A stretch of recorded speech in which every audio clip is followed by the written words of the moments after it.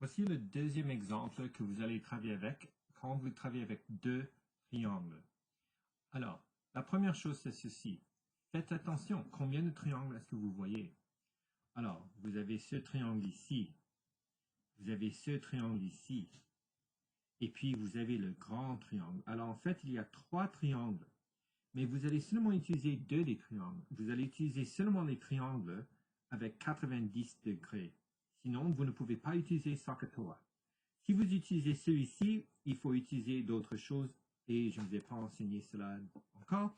Alors, vous ne pouvez pas utiliser celui-ci. Utilisez SOHCAHTOA. Alors, la dernière fois qu'on a fait exemple numéro 1, on a commencé avec X et Y. La deuxième chose, c'est qu'il faut trouver les angles opposés à X et Y. Ensuite, il faut avoir la formule. Et puis, quatrièmement, il faut résolver.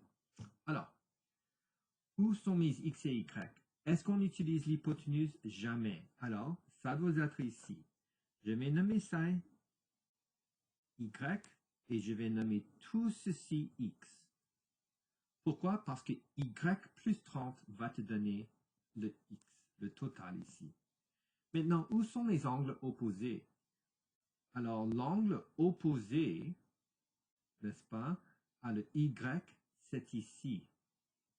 Alors, qu'est-ce que c'est? C'est 55 degrés. Et quel est l'angle opposé à X cette fois-ci? C'est tout ceci. Alors, combien est-ce que c'est? Alors, cet angle ici, c'est 70 degrés.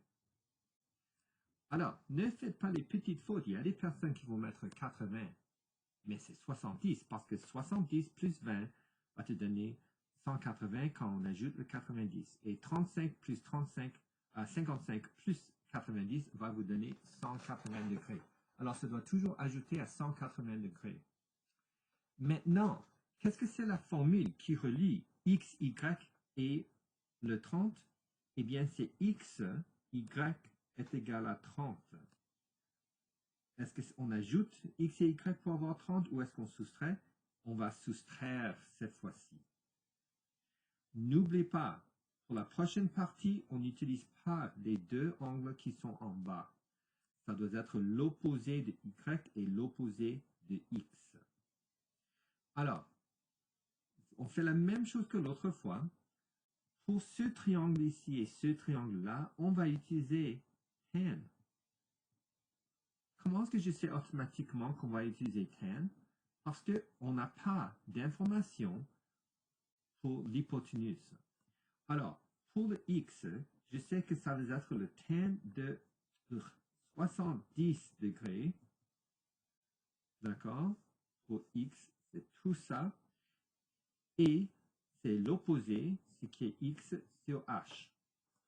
Alors, comment est-ce que je mets le h à l'autre côté? C'est h tan 70 est égal à x. Je fais la même chose avec ce triangle ici. C'est le tan de quel angle? C'est celui-ci. Alors, c'est tan de 55 degrés est égal à l'opposé de 55, ce qui est y, et c'est toujours sur h. Je mets le h à l'autre côté. C'est h tan 55 degrés. J'utilise la formule. Alors, j'écris x moins y est égal à 30 et je mets le x et le y ici et là. Alors, j'écris h tan 70 moins h tan 55 est égal à 30. Qu'est-ce que je peux factoriser d'ici? Je peux factoriser le h. Qu'est-ce qui reste? Tan 70 moins tan 55. N'oubliez pas les parenthèses, s'il vous plaît. Alors, si je veux le h tout seul, je mets tout ça à l'autre côté, ça devient la division. Alors, encore une fois, en ce qui concerne les parenthèses, au point de vue de mathématiques, il ne faut pas l'avoir, mais je suggère fortement que vous le mettiez à ce point parce que quand vous utilisez votre calculatrice, n'oubliez pas de mettre les parenthèses. Alors, c'est 30 divisé par parenthèse tan de 70 moins le tan de 55 et puis fermer les parenthèses. Alors, c'est 22,74. Phrase de conclusion. H est égal à peu près 22,74 mètres. Encore une fois, pour mes élèves, mettez toujours au centième près. Alors, 2 décimales. Ça, c'est comment vous faites ces types de questions.